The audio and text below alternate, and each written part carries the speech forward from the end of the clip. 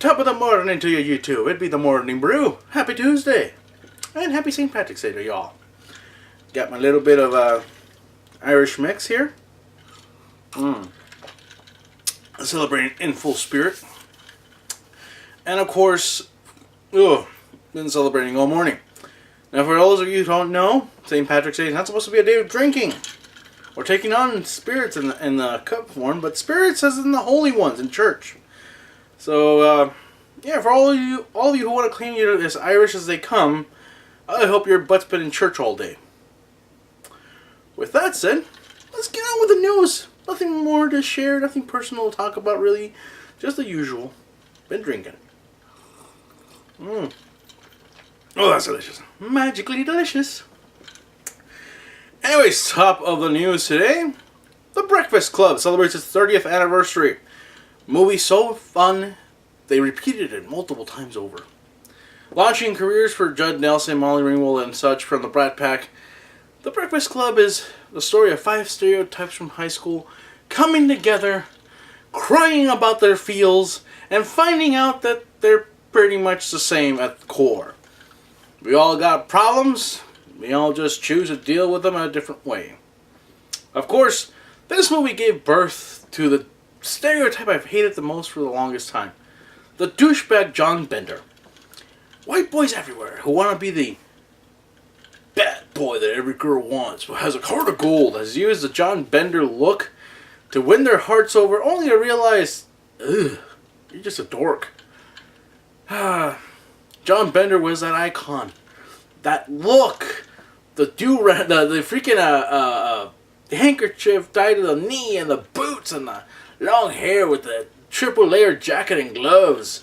That is until Eminem came along and showed white boys that you could just wear a white t-shirt, a big hoodie, headphones, trim your hair really short and dye it blonde, and just call yourself a rapper. And it's all good. Yeah. Yeah, 30 years since the film. Still holds up in my opinion. I think it's fantastic. There are still moments that I just cringe at the level of, like, really? And most of them are related to Judd Nelson's character. I have no heart for that character, being that he's just a bully who somehow wins over the prissy rich girl. I think everybody else in that, the other 4 stereotypes in that movie had more heart and more to give out emotionally than his character. His character was just your, my daddy burned cigarettes out in my arm. Hey, stupid, what you doing? Kind of attitude. It just, I've met too many guys who I don't speak to anymore who try and claim the same thing just to act tough. And so it annoys the hell out of me. So I can't watch the movie in the same way anymore. But needless to say, it's still fun. So with that, let's move on to other stuff. I wanted to just say that, you know, one of my favorite movies is almost as old as I am, and, you know, fun to talk about. Another throwback news. Kevin Smith took to Twitter and announced that he will be doing a Mallrats sequel that starts filming in 2016. Mallrats, of course, came out in 1995, and basically cemented Kevin Smith as a pop culture director that will say, do, and direct some pretty gnarly things. And one can only hope that the sequel will bring back Stan Lee. And we'll talk a little bit more about the Things thing.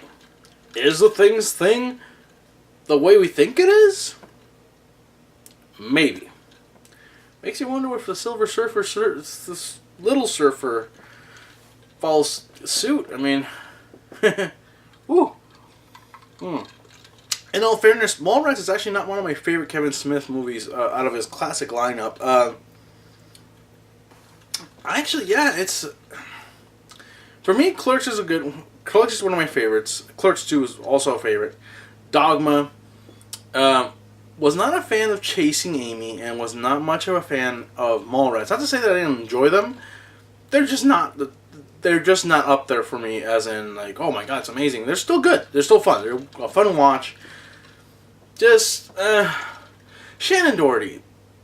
Just such a, you know what, in real life. To every director she ever works with, and it just bugs me to no end. So, Yeah, I'm picky that way. It's dumb, I know, but I'm picky that way. I wonder if she comes back for this one. Anyways, so yeah. We've all been asking for Clerks 3, but apparently we get a Mallrats 2. I wonder if that works with Spaceballs. We asked for Spaceballs 2. We were supposed to get Spaceballs 3, The Search for Spaceballs 2. It might just work. I would like to see a sequel to Dogma or even Red State. Red State was amazing. But yeah, we get Mallrats in 2016. New Star Wars, new Mallrats. The worlds are colliding. The 80s and the 90s are coming back. Even after we didn't ask for them. In other fun news, it's time to go all DC out on this thing. The Flash comes back tonight. And for everything I've read from previews and reviews that are spoiler free, the only words I see in common are this episode will come off as a season finale, even though it's not close to being the season finale. So I'm expecting big changes. And in fact, Reverse Flash, one of his lines is #Game Changer.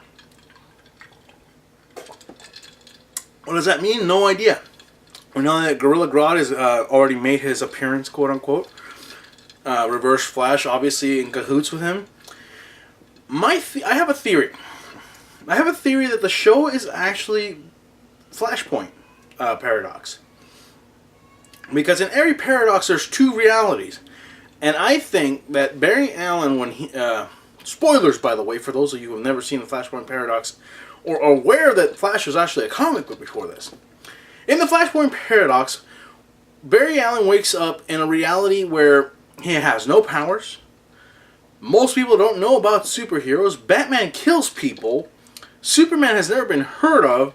And Cyborg is basically the leader of the wannabe Justice League, trying to protect the world from the demolition of the war between Atlantis and the Amazonians, led by Wonder Woman and respectively led by Aquaman.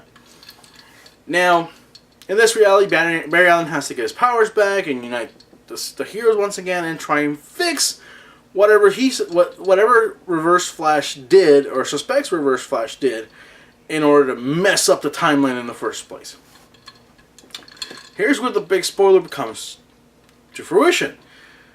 Yes, Reverse Flash is involved, but no, Reverse Flash had nothing to do with it. But try not to spoil too much, but let's just say that Barry has to fix a big F up. And what my issue is that paradoxes always have more than one path. And I think that this series of Flash is one of the many paths that the paradox took. Hence why Reverse Flash is so intrigued by and has newspapers from the future and is trying to keep Barry alive and is trying to teach Barry to be Flash so that Barry can continue forward and become the hero he's supposed to be. This also would explain why there's no Batman yet, no Green Lantern, no Superman, no Wonder Woman, nothing. It's just him and the Arrow and the Arrow's team, and of course the Rogues Gallery of villains that keep popping up. This all makes perfect sense when you think about it. This could just be a Flashpoint paradox, an alternate Earth that could collide with the comic book Earth at some point, maybe? Nah, probably not. But it would be really cool. And of course with with Firestorm now in the picture, we got more superpowered superheroes rolling around. So, make sure you check in Flash tonight if you can. And they even said if you don't check it out live, stay off Twitter and stay off Facebook. That's what I'm doing. I'm staying off the interwebs. Last but not least, the CW will be premiering another show that I've been waiting for a while, patiently waiting. You gave us Jane the Virgin, but you also promised iZombie. I don't know why. I think it's to cover sweep season.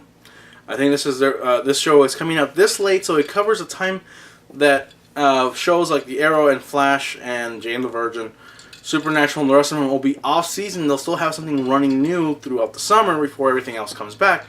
So iZombie premieres tonight. The reason you should be checking it out is if you were a Veronica Mars fan, good news. The whole creative outlook for this show is actually being spearheaded by Rob Thomas, the creator of Veronica Mars, which makes sense. The heroine, female lead, not heroin the drug, female lead, mysteries to be solved, and of course, witty banter amongst the dialogue.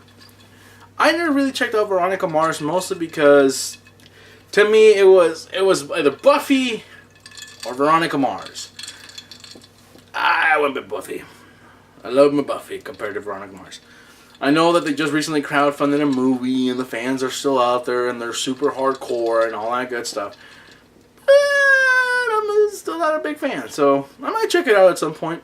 I'll gladly check out iZombie tonight, and if it catches my attention, I might just check out Veronica Mars for the heck of it. Probably not. So, with that, check out tonight's TV lineup. We'll talk about what happened. On a quick side note, I've been checking out The Last Man on Earth. Oh my god, that show is funny. If you've not been watching it, you've been missing out. If you can catch it on demand, do so. If you can catch it on Hulu, do so. It is genuinely a funny show. And honestly, it's one of those... There are so many mysteries surrounding the show that nobody's ever going to acknowledge, considering it's a comedy. For one, it tells you... the show starts with 1 year after the virus. What was this virus about, first of all? Second, where are all the dead bodies?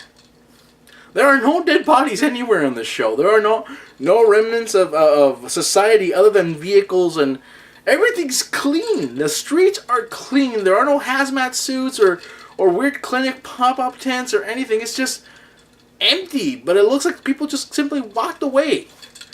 There's not even a weird rapture scene where everybody's clothes just stayed in the middle of the street because they all got up into the air butt naked. It's just empty. So it's kind of weird, but still a fun show to watch. My favorite factor of the show is that he rode around in an RV for a year and took whatever he wanted. Comic book stores, I'd empty you out. I think I would take an entire block of houses and theme out each one into my favorite. I'd have a DC home, a Marvel home, a Nintendo themed home. Maybe I'd give a Sega garage somewhere. And so on and so forth. So, check out Last Man on Earth. Let me know what you think. I personally love it. So, with that, thank you for tuning in. Please like, share, and subscribe, and tell a friend.